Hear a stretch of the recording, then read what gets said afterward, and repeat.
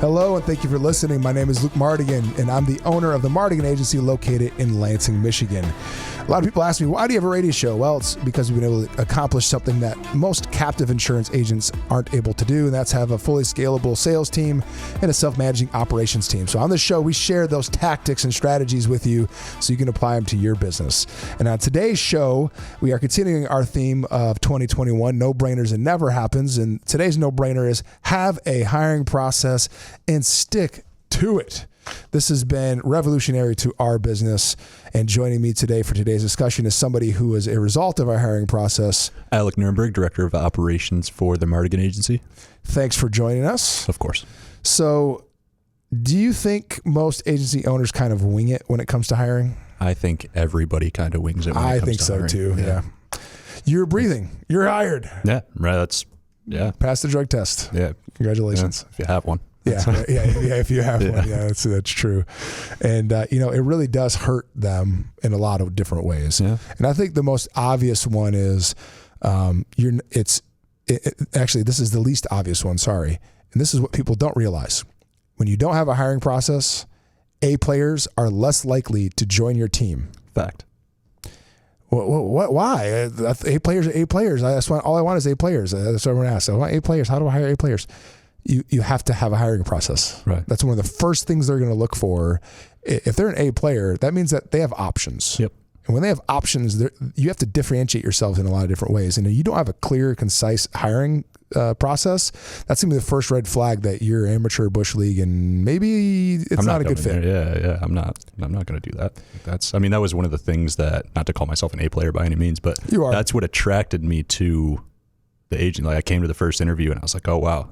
Before the first interview, I did like 3 questionnaires, a test. Like it was the most rigorous hiring process I've ever been through. Yeah. And I loved it. I was like, wow, these guys, they have good people working there. I guarantee it, because there's no way that somebody slipped through these cracks. Like this is right. I mean, it's, even if it's subconscious, right? It's you still. And honestly, if you're an A player, a lot of businesses say things like, well, doesn't that, affect who's going to hire? Because people don't want to go through all that work. No, good. No, yeah, good. If you don't want to go through the work, you're not an A player. Making my job easier. I don't have to read your resume and stuff. Yeah, you're not an A player. Right. You don't want to do the work. Perfect. Mm-hmm. Thank you for letting me know that you're not an A player before I sat down with you and did all this work. And gave it the time to it. Yeah. You're an A player. You look at it and you go, challenge. Ooh. Yeah. A players are going to want a challenge. Okay. Well, let's see how good I can do on this. Right. I might not even want the job. I'm just going to see if they're going to sit down and talk to me and what it's going to look like. And it creates this inquisitiveness and it creates this resistance that that people want to be a part of. Like, when you go back to World War II, Band of Brothers, my wife and I love Band of Brothers. God bless Tom Hanks for making that series. One of the things that they're interviewing these veterans, many of whom have passed away since that series was made. And they said, how did you end up in the airborne? And all of them said, I volunteered because if I'm going to go to war, I want to be with the people who want to be there. Right. Yeah. Not the guys that were forced to be there that are gun shy and all that. Yep. And I want to go through the hardest training so that I'm most prepared to be, survive the war. That's how A players think. Yep. Because a B player isn't going to make it through that selection process to be, a Ranger, a Green Beret, right. Which, the whole structure was different back then than it is today. But in today's world, you're not going to make it through Ranger school. No. If you're not committed and So you want the guy in the foxhole next to you that's going to be the best. Well, that's how A players think. Yeah. And for the most part, I guess for me, I haven't talked to many employers who think that way. I haven't either. I don't have a lot of experience with different organizations out here in the real world though either. So, you definitely have more experience than me with that. Like I've been with 5 different organizations, Yeah. 3 of them were fairly large. So it was they had HR departments and all of that. And, Well, that's, I guess that's mainly what I'm talking to is most large corporations have that hiring process already. Right. It's just, and they have it more for a liability perspective and because they don't want they're forced to by law. Yeah, they have to have an HR department, right? HRD is just part of the deal. When you're a small business, which I think most of our listeners are, it's much more difficult to have that process in place, right? Because you don't have the manpower, and it usually is you doing it. Like for your position, I did have an outside recruiter who assisted in that process, and it was the main reason I did that is because his experience was identifying and hiring A-player executives. I've never hired A-player executives. I'm a small business owner. Right, yeah. I've never been an executive at a large corporation. This guy's done it for Fortune 500 companies, Fortune 100 companies. Okay, well then I want his set of eyes on this to make sure that I'm making the best decision for my business, and I want him to play devil's advocate and challenge me, and he did. Sure. Like when I chose to hire you, he played devil's advocate, and the other candidate, he kept hammering. Wes kept hammering, yeah, but he does this and he does this and he does this, and I kept going, yeah, but that's not really what's important to me. This is what's important to me, and that's what Alec has. And he goes, yeah, I knew you're making the right decision, but I needed to challenge you a little bit so that you knew you were making the right decision. Yeah, I mean the hiring process alone, like my apartment was sublet. I had 3 apartments I was looking at in Chicago. I was going to see all 3 of them. I was going to sign the lease that day. Had interviews, 1 offer in Chicago, and no joke, the hiring process with your agency stopped that. And it was for the better in my life, actually. I was being a little impulsive. Yeah.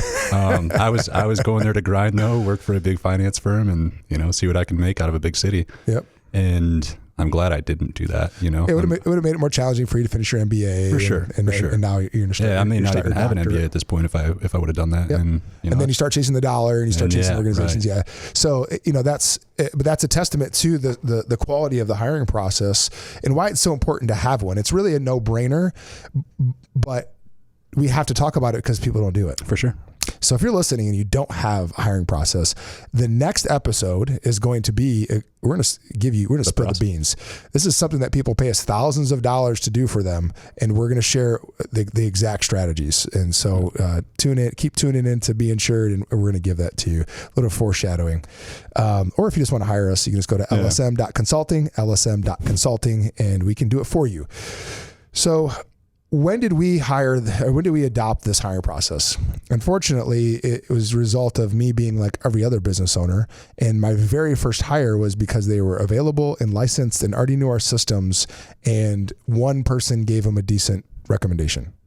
Well, that didn't work out very well. That was a really bad hire. It got me through a season, but it did not end well. Next hire, same thing. I just need a body to fill because my main person is really overworked. So they're willing and they've been pursuing and following up on me. So let's give them a chance. They seemed halfway decent. Well, that wasn't a good hire.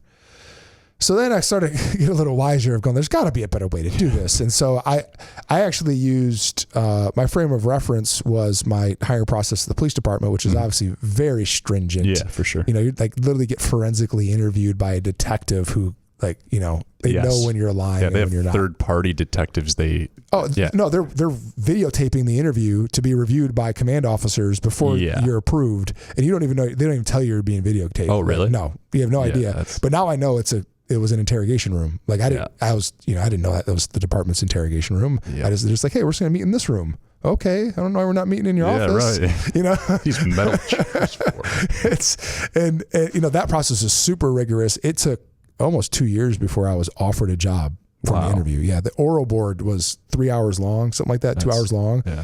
Just craziness. And it's even more difficult now.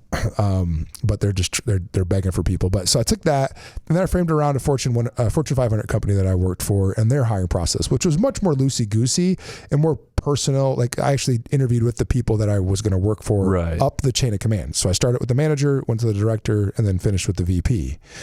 And then went back to the manager to ask, and it was asked, how do you think those interviews went? Yeah. And then they powwowed over it. That was different too. Yeah, that's a little different. Yeah, but they're really successful business. Yeah, for sure. So you trust it. Yeah. Right. So I kind of like framed all of that and tried to think through what could this look like? And that's when I started actually uncovering specific processes. So the first hire with any semblance of hiring process was Shelby. Mm-hmm. And what I added to that was I had a business coach at the time, Tom Hamp. And Tom was great and super instrumental. That was a bad word. Sorry. This is why. Implemental. Yeah. This is only a little bit live, so I'm just making up words. Strategery. He was instrumental to the first couple of years of our business, really just establishing our core values and building that out. But I didn't use it for anything. Mm-hmm. So with that one, I literally just had Shelby do a phone interview with Tom to tell me how she was on the phone, since the bulk of her work was on the phone. Mm-hmm. Right? Fair enough? Yeah. So he went through like an interview and he's hired a bunch of people because he was a sales manager for 20 years and blah, blah, blah. And his feedback, phenomenal. I can't think of a reason why you wouldn't hire her. Okay, hired. I mean, so I added, my process was I added one step to it. I asked a third party their opinion, right?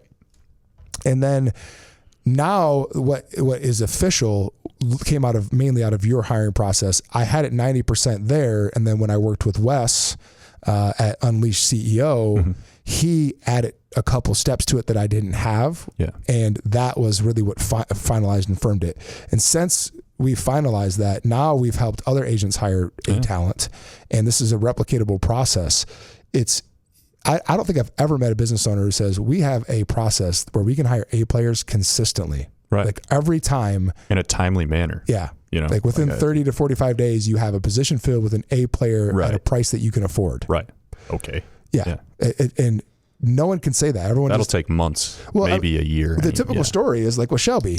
I had our film production folks come over, gave me a bottle of scotch as a thank you for doing business with them the year before. And I said, hey, I need another customer service rep if you know anybody. And they looked at each other and said, Shelby. And I said, I don't know who Shelby is, but that was pretty passionate response. I want to hire him. And then that's how most people do it, right? It's like, well, hey, my kid needs a job. He's pretty smart. You think you could give him a shot? Sure. Have him come in and we'll give him a try. And that's how like most businesses function. Or they happen to run it, they're heating and cooling and they happen to run into one of their competitors and they hit it off with one of their guys or whatever. And then they say, hey, you should hire them. And then they hire them. Yep. And that's literally the extent of the interview process. Especially in small business. I think that's it. Happens mostly in small business. Of course, bigger organizations, the good old boy system, and it applies and it exists, but you see it a lot in small business. Yeah. Yeah. And at the executive level in Fortune 500 companies, you see a lot of the sponsorship stuff still exists. Where somebody says, hey, you're going to follow me up the chain. Right. And I'm bringing you in as a whatever entry level thing, but I got your back. Yeah. We got to. And so that happens too. But, and what's having that process, what that's allowed us to do is it actually strengthens our culture because if you are on a team, okay, let's say like, the Olympics are going on right now in Japan. If you're on the U.S. women's volleyball team, you worked really hard to get there. For sure. The selection process to even be allowed to go to the Olympic Training Center to train with the people happened years ago. Yeah. And then you might get a chance at it. One of the guys I worked with at a previous job is a UFC fighter, and he got invited down to the camp to try out for UFC to be like an official. Yeah, get a fight. And, and beyond the ticket, and they didn't pick him. And so he said, screw that. This is my life dream. Yeah. I'm not getting any younger. Quit his job. Moved down there, is living on his savings and going to their gym to train every day with their guys on his own dime. Yeah. He was just featured on their TV show. Really? Because the head trainer found out about it and was like, holy dude, nobody's ever done this before. If you're It's an Ultimate Fighter. Is that what? Yeah. Ultimate Fighting Championship. Yep. And if you're one of the fighters in UFC, that you want that dude on your team because he paid the price to be there. Mm-hmm. When you have this hiring process that there is resistance and they have to do things to accomplish and work to get there, it strengthens your culture so that they know if you're there, you should be there. Right. So there's immediate trust with your entire team to say, okay, this person, they're going to be a good fit. They're making us better because they went through the hiring process and it worked for them. Right. I mean, you see it. Military is a great example. Again, SEALs, any team that you're like any team, like that's why hazing exists. Everybody went through the same pain. Everybody knows you can tolerate it. Everybody knows, how this ends up. And since you all went through it, you all experienced the same pain. We know that I'm good next to you. You can be in front of me or behind me. I'm fine with it. I trust you. And I know you're not gonna quit. You're not going somewhere else. It's because you went through the process, right? I mean, even with you can make it. A hobby of mine, rucking, which is walking with a weighted pack. GoRuck.com if you want to find out more information. When you do GoRuck events, we all call each other weirdos, and you're kind of like, once you earn your patch, so you literally go through pain for, there's a 4-hour, 12-hour, and 24-hour, and there's a couple 48 hours throughout the year too. And it's designed around Green Beret selection. It's really challenging, really difficult. Well, I've done 2 heavies, which are their 24-hour events. Like when I did one of their 4-hour events, literally, I'm chit-chatting with one of the ladies who's doing it, and she's like, this is my second event, and how many events have you done? And I'm like, I did 2 heavies. She's like, oh, you did 2 heavies? And she's like, oh man. So she stuck with me the rest of the event because she's trying to learn. Yeah. Immediate trust, immediate leadership established because she knows I've paid the price to get there. Exactly right. I'm not just some guy walking off the street.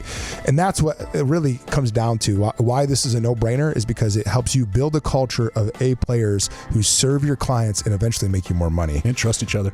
And trust each other, right? A culture built on trust, a mini relationship built on trust is going to be more successful and more fruitful because it is. Yep. So thank you so much for listening to today's conversation. Be sure to stay in touch with us on Facebook and Instagram at the Mardigian Agency. And we also have the Be Insured with Luke Mardigian Facebook page. We're on iTunes and Spreaker if you want to listen to previous episodes. Thanks, and we'll see you next time on Be Insured.